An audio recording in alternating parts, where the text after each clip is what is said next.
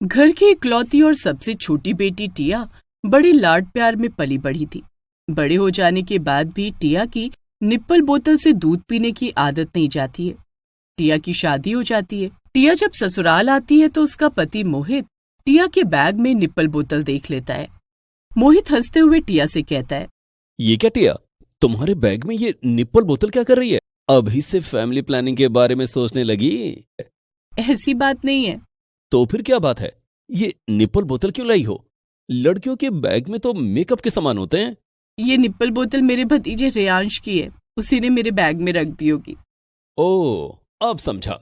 कोई बात नहीं, जब हम पग फेरे की रस्म के लिए तुम्हारे घर चलेंगे तो उसे वापस कर देना। ठीक है।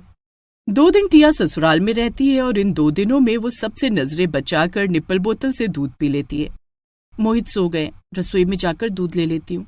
आधी रात में उठकर टिया रसोई में जाती है और दूध गर्म करती है और उसे निप्पल बोतल में डालकर पीने लगती है। दूध पी लेने के बाद अच्छा हुआ किसी ने देखा नहीं, लेकिन मुझे ये आदत छोड़नी होगी। कभी किसी ने देख लिया तो क्या होगा। 2 दिन के बाद टिया और मोहित पगफेरे की रस्म के लिए घर जाने लगते हैं।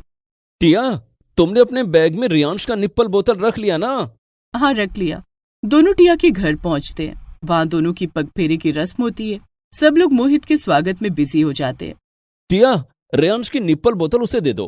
टिया ना चाहते हुए भी अपने बैग से निप्पल बोतल निकाल कर रियांश को देती है। रियांश बेटा, ये लो तुम्हारी निप्पल बोतल। तुमने गलती से मेरे बैग में रख दिया होगा। लेकिन बुआ, ये बोतल तो आपकी है ना? टिया, क्या ये निप्पल बोतल तुम्हारी है? तुम इस बोतल का क्या करती हो? नहीं, ये बोतल मेरी नहीं है, रियांश की है, इसे याद नहीं होगा। क्यों झूठ बोल रही हो बुआ? ये बोतल मेरी नहीं है। रियांश बेटा, तुम्हें क्या पता बोतल के बारे में? तुम्हें तो मम्मी दूध पिलाती है ना। मैं ये निप्पल बोतल भाभी को दे देती हूँ। टिया रसोई में जाती है जहाँ उसकी भाभी और माँ खाना बना रही होती हैं। टिया अपनी भाभी को निप्पल बोतल दे देती है। भाभी, ये बोतल रख लीजिए, रियांश को दूध पिलाने के काम आएगी। लेकिन टिया, ये निप्पल बोतल तो तुम्हारी है ना। अब क्या करूं भाभी, मुझे मोहित से झूठ बोलना पड़ा कि ये बोतल रियांश की है। फिर वो जिद करने लगे कि इसे वापस कर दो। वैसे एक बात पूछो टिया। हाँ, पूछिए भाभी। तुम ससुराल में निप्पल बोतल से दूध कैसे पीती हो? दिक्कत तो बहुत हो रही है भाभी, लेकिन आदत है कि जाती ही नहीं, सबसे छिपाकर दूध पीना पड़ता है। तू ये आदत छोड़ क्यों नहीं देती? माँ, मैं कोशिश तो कर रही हूँ, लेकिन मेरी आदत छूट ही नहीं रही है। पगफेरे की रस्म के बाद टिया और मोहित वापस घर चले जाते हैं। टिया ने अपने ससुराल में कह दिया था कि वो दूध नहीं पीती। अगर वो सबको बता देती कि वो दूध पीती है तो उसे सबके साथ बैठकर दूध पीना पड़ता, और उसे तो निप्पल बोतल से दूध पीने की आदत थी। अब घर आ जाने के बाद तो टिया के पास निप्पल बोतल भी नहीं थी। उस रात जब सब लोग खाना खाकर सो जाते हैं तो टिया का बहुत मन होता है कि वो निप्पल बोतल से दूध पिए। अब क्या करूं, निप्पल बोतल तो रियांश को दे दिया, दूध कैसे पीऊं? टिया उस दिन ग्लास से ही दूध पी लेती है, लेकिन उसे नींद नहीं आती। वो दूसरे दिन बाजार जाने लगती है। अरे टिया बहू, तू कहाँ जा रही है? माँ जी, मुझे अपने लिए कुछ सामान लेना है। तुझे जो लेना है मोहित को बोल दे, वो शाम को ऑफिस से घर आएगा तो लेता हुआ आएगा। नहीं माँ जी, छोटी छोटी चीजों के लिए क्यों उन्हें परेशान करना, मैं खुद ही ले लूंगी। ठीक है, तू खुद ही ले ले, तुझे जो भी लेना है। टिया बाजार जाती है और निप्पल बोतल खरीदती है। लेकिन जब वो निप्पल बोतल खरीद रही होती है तभी पड़ोसन उसे देख लेती है। ये तो टिया है ना, अपर्णा की बहू। अभी कुछ दिन पहले तो इसकी शादी हुई है, इतनी जल्दी ये निप्पल बोतल खरीद रही है। माँ बनने वाली है क्या ये? राम राम राम, क्या जमाना आ गया है, शादी से पहले ही प्रेग्नेंट होगी। खैर, टिया निप्पल बोतल लेकर घर आती है और रात में सबके सो जाने के बाद निप्पल बोतल से दूध पीती है। आज मुझे सुकून मिला। निप्पल बोतल से दूध पिए बिना सुकून ही नहीं मिलता। थोड़ा और दूध पी लेती हूँ। टिया थोड़ा और दूध पी लेती है और फिर सो जाती है। सुबह जब अपर्णा रसोई में जाती है तो पतीले में दूध नहीं था। रात में पतीले में दूध था, अचानक कहाँ गायब हो गया? क्या बात है माँ, क्यों परेशान हो रही हो? मैं दूध ला देता हूँ। वो तो ठीक है बेटा, लेकिन दूध गया कहाँ? तूने, तेरे पिताजी ने और मैंने दूध पी लिया था। टिया बहू दूध नहीं पीती। पतीले में अच्छा खासा दूध था, कहीं बिल्ली तो नहीं पी गई? बिल्ली फ्रिज खोलकर दूध कैसे पिएगी? हाँ, ये बात भी सही है। अगर बिल्ली ने दूध पिया होता तो पतीला फर्श पर गिरा होता। इसे देखकर तो ऐसा लग रहा है जैसे किसी इंसान ने दूध पिया है। टेंशन मत लो माँ, मैं दूध ले आया। ये लो, अब जल्दी से चाय बना दो। अपर्णा सबके लिए चाय बनाती है। इतने में उसकी पड़ोसन आ जाती है। अरे अनीता जी, इतनी सुबह सुबह बिल्कुल सही समय पर आई हैं, लीजिए चाय पीजिए। अनीता और अपर्णा दोनों रसोई में चाय पीने लगती हैं और गप्पे मारती हैं। अपर्णा जी, बहू के आते ही घर में खुशखबरी आ गई। आपकी बहू तो बहुत अप टू डेट है। कैसी खुशखबरी? यही कि आप दादी बनने वाली हैं। लेकिन अभी तो मोहित और टिया की शादी को 1 महीना भी नहीं हुआ, इतनी जल्दी कैसे? तभी तो मैं कह रही हूँ कि आपकी बहू बहुत अप टू डेट है। कहीं शादी से पहले से ही तो। पड़ोसन इतना कहकर चुप हो जाती है। रसोई में खामोशी छा जाती है। अच्छा, मैं चलती हूँ। पड़ोसन के जाने के बाद अपर्णा का माथा ठनक जाता है। वो मन ही मन सोचती है, कहीं बहू सचमुच में तो प्रेग्नेंट नहीं है, कहीं दूध उसी ने तो नहीं पिया। लेकिन अभी तो मोहित और टिया की शादी को मुश्किल से 15 दिन भी नहीं हुए, इतनी जल्दी कैसे? कहीं बहू शादी से पहले से तो प्रेग्नेंट नहीं है। अपर्णा के मन में तरह तरह के विचार उमड़ने घुमड़ने लगते हैं। अब वो टिया पर नजर रखने लगती है। टिया बाथरूम में नहा रही होती है। अपर्णा वहां जाती है और बाहर से आवाज लगाती है, टिया बहू, सब ठीक तो है ना? तुझे उल्टी तो नहीं हो रही? नहीं माँ जी, मुझे उल्टी क्यों होगी, मैं ठीक हूँ, बस आ रही हूँ। ठीक है। टिया नहा धोकर रसोई में जाती है और सबके लिए खाना बनाती है। सबको खाना खिलाकर वो अपने कमरे में चली जाती है। रात होते ही जब सभी लोग सो जाते हैं तब टिया रसोई में जाती है। निप्पल बोतल से दूध पिए बिना मुझे नींद ही नहीं आती, ना जाने ये आदत कब छूटेगी। टिया दूध गर्म करती है और निप्पल बोतल में डाल देती है। उसके बाद वो ड्राइंग रूम में बैठकर आराम से निप्पल बोतल से दूध पीने लगती है। दूध पीने के बाद अब मुझे अच्छी नींद आएगी। टिया अपने कमरे में जाकर सो जाती है। सुबह जब अपर्णा रसोई में जाती है तो देखती है कि दूध फिर कम है। ये रोज रोज दूध चला कहाँ जाता है, मुझे तो कुछ समझ ही नहीं आ रहा। अरे भाई, दूध वाले से कहकर दूध बढ़वा लो ना। लेकिन घर में दूध पीने वाले तो उतने ही लोग हैं। पहले तो दूध कम नहीं होता था, अब दूध कम क्यों हो रहा है? तभी टिया सफाई देते हुए कहती है, माँ जी, मैं तो दूध पीती नहीं, हो सकता है दूध ज्यादा उबल जाने के कारण सूख गया होगा। माँ, मैं दूध ला देता हूँ, तुम चिंता मत करो। मुझे अपनी चिंता नहीं बेटी, तेरी चिंता है, कहीं तेरे साथ कोई धोखा ना हो जाए। ये तुम क्या कह रही हो माँ? मुझे कौन धोखा दे सकता है? सुबह सुबह ना जाने क्या बड़बड़ा रही है तुम्हारी माँ। जल्दी से दूध ला दो, नहीं तो इसका दिमाग खराब हो जाएगा। मोहित हंसता हुआ कहता है। अभी लाता हूँ। मोहित दूध लेकर आता है और अपर्णा को देता है। अपर्णा सबके लिए चाय बनाती है। सभी लोग साथ बैठकर चाय पीते हैं, जिसके बाद टिया सबके लिए खाना बनाने लगती है। उस दिन वो सबको खाना खिलाने के बाद रसोई में जाकर अपनी निप्पल बोतल को गरम गरम पानी में उबालकर साफ करती है। बहुत दिनों से इसे साफ नहीं कर पा रही थी। अच्छा हुआ कि माँ जी अभी सो रही हैं और घर में कोई नहीं है। बोतल को साफ करके टिया अपने कमरे में आ जाती है। रात में जब सभी लोग सो जाते हैं तब टिया रसोई में जाती है। वो दूध को गर्म करके निप्पल बोतल में डाल रही होती है कि तभी उसे पीछे से उसकी सास की आवाज सुनाई देती है, तो तू निप्पल बोतल से दूध पीती है? अपर्णा की आवाज सुनते ही टिया घबरा जाती है और बोतल उसके हाथों से छूटकर फर्श पर गिर जाता है। वो, माँ जी, मुझे निप्पल बोतल से दूध पीने की आदत है, निप्पल बोतल से दूध पिए बिना मुझे नींद नहीं आती।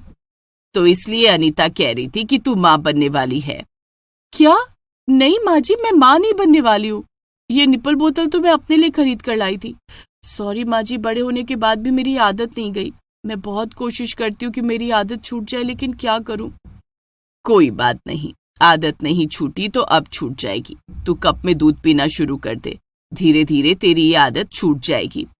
ठीक है माँ जी, लेकिन आप ये बात किसी को बताएंगी तो नहीं ना कि मैं निप्पल बोतल से दूध पीती हूँ? नहीं, मैं किसी को नहीं बताऊंगी। चल, आज मैं तुझे दूध पिलाती हूँ। अपर्णा अपने हाथों से कप में दूध डालकर टिया को पिलाने लगती है। टिया निप्पल बोतल को उठाकर डस्टबिन में फेंक देती है और अपर्णा के हाथ से दूध पीती है, जिसके बाद धीरे धीरे टिया को कप में दूध पीने की आदत पड़ जाती है।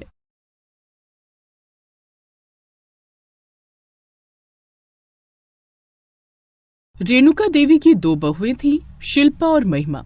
शिल्पा लंबी थी और महिमा बौनी। इस बात को लेकर रेणुका देवी महिमा को अक्सर नीचा दिखाया करती। ठंड का मौसम खत्म होने वाला था। रेणुका देवी के घर में गर्मी के स्वागत की तैयारियां चल रही थी। विकास बेटे, कल संडे है, पूरे घर के पंखों की सफाई कर देना। पंखे साफ नहीं किए तो इनकी गंदगी से पूरा घर गंदा हो जाएगा। माँ, तुम तो जानती हो कि मुझे एक ही दिन छुट्टी मिलती है, जिस दिन मैं आराम करता हूँ। पूरे सप्ताह काम कर कर के थक जाता हूं, उस पर भी तुम पंखा साफ करने के लिए बोल रही हो। प्रदीप से कह देती, लेकिन वो तो ऑफिस के काम से शहर से बाहर गया है, अगले महीने आएगा। तभी विकास की पत्नी और रेणुका देवी की बड़ी बहू शिल्पा ने कहा, माँ जी आप चिंता मत कीजिए, सारे पंखे मैं साफ कर दूंगी। तेरे होते हुए मुझे चिंता करने की क्या जरूरत है बहू, तू तो बेड पर चढ़कर आसानी से पंखा साफ कर देगी। दरअसल शिल्पा की हाइट बहुत लंबी है, इसलिए वो ऐसे काम आसानी से कर सकती है। दूसरे दिन सुबह सुबह रेणुका देवी की छोटी बहू महिमा घर में झाड़ू और पोछा लगा रही होती है। उसी समय शिल्पा पंखे साफ करने लगती है, जिस कारण फर्श पर गंदगी गिरने लगती है। ये क्या जेठानी जी, मैं पोछा लगा रही हूँ और आप ऊपर से गंदगी गिरा रही हैं। देवरानी जी मैं पंखे साफ कर रही हूँ, गंदगी तो गिरेगी, आप पोछा दोबारा लगा लोगी तो घिस नहीं जाओगी, पहले ही घिसी हुई हो, आपको कोई फर्क नहीं पड़ेगा। आप मेरी कम हाइट का ताना मार रही हो जेठानी जी, माना कि आप लंबी हो, लेकिन मेरी हाइट का मजाक उड़ाना अच्छी बात है क्या? सुबह सुबह क्यों लड़ रही हो तुम दोनों? देखिए ना माँ जी, मैं पोछा लगा रही हूँ और जेठानी जी पंखा साफ कर रही हैं, फर्श पर गंदगी फैल रही है। मैंने मना किया तो कहने लगी कि दोबारा पोछा लगा लोगी तो घिस नहीं जाओगी। ठीक ही तो कह रही है, शिल्पा के हाथ लंबे हैं, वो ऐसे काम आसानी से कर लेती है। तू पोछा दोबारा लगा लेगी तो तेरा कुछ घट नहीं जाएगा।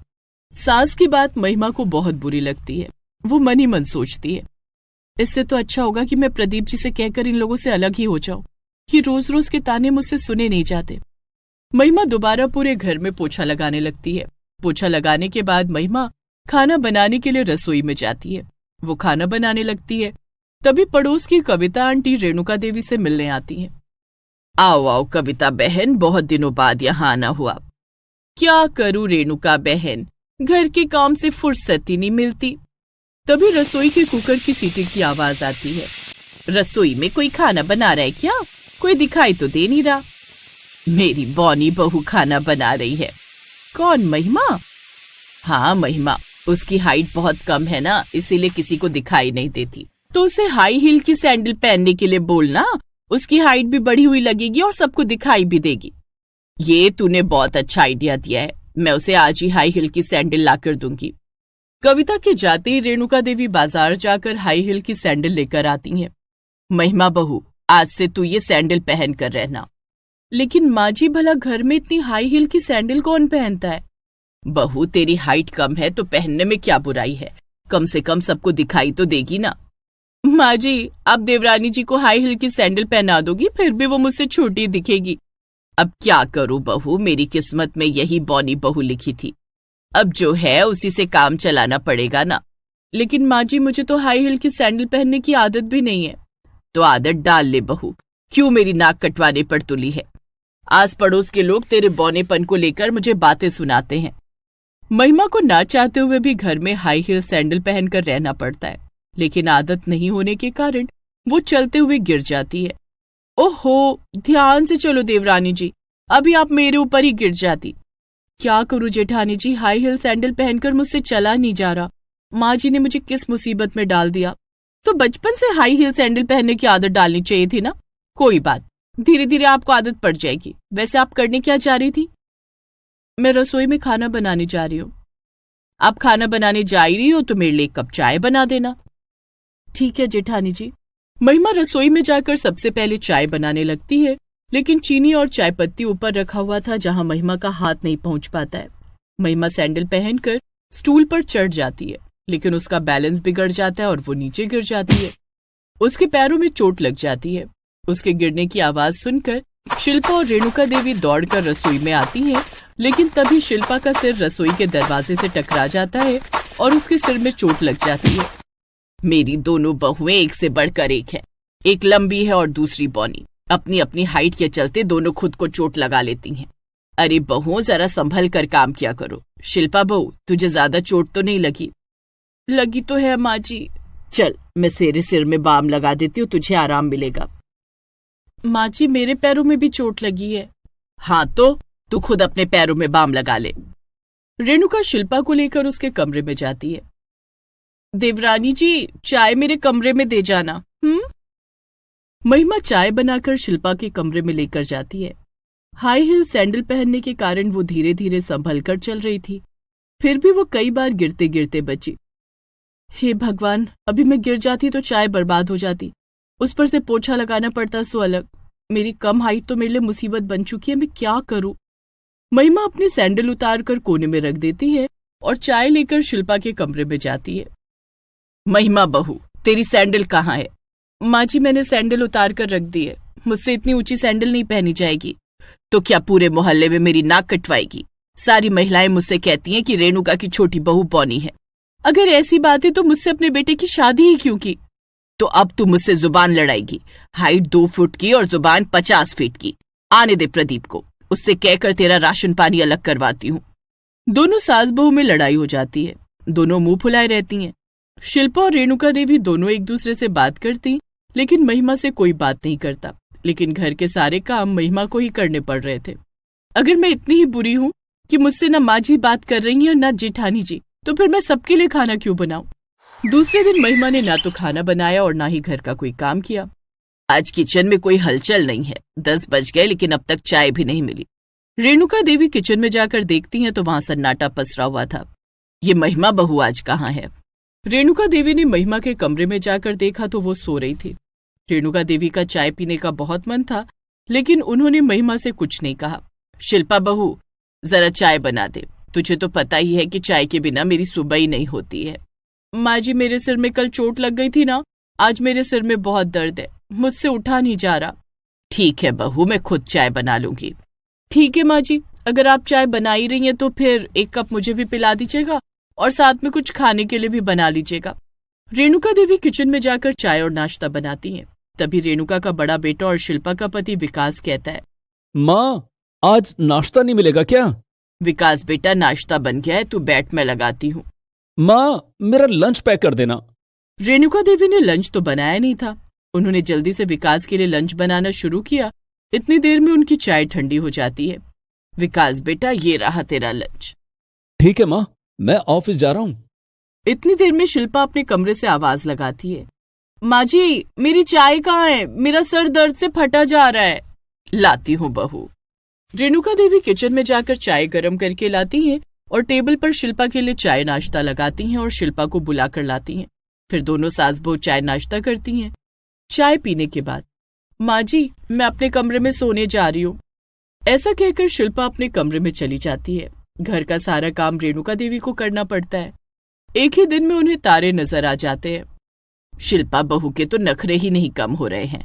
मैंने महिमा से अपना खाता बिगाड़कर अच्छा नहीं किया, अब क्या करूं? रेणुका देवी यह सोच रही थी और पोछा लगा रही थी कि तभी उनका पैर फर्श पर गिरे पानी पर पड़ जाता है और वो धड़ाम से गिर जाती हैं। हाय रे, मेरी कमर! आह! उनकी आवाज सुनकर महिमा दौड़कर अपने कमरे से बाहर आती है। क्या हुआ माँ जी? मेरी कमर टूट गई। आह!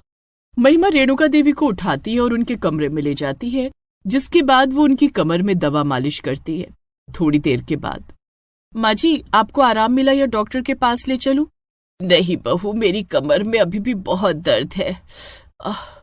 महिमा रेणुका देवी को डॉक्टर के पास ले जाती है और उनका इलाज कराती है। फ्रैक्चर तो नहीं है, लेकिन चोट बहुत गहरी है। कुछ दिन बेड रेस्ट करना होगा और ये दवाई लगानी होगी। ठीक है डॉक्टर साहब। महिमा रेणुका देवी को घर ले आती है और उनकी खूब सेवा करती है। लेकिन शिल्पा अब भी सरदर्द का बहाना बनाकर अपने कमरे में पड़ी रहती। उस दिन के बाद से रेणुका देवी ने महिमा की छोटी हाइट को लेकर उसे कुछ भी कहना बंद कर दिया और दोनों बहुओं में महिमा को ज्यादा प्यार करने लगी।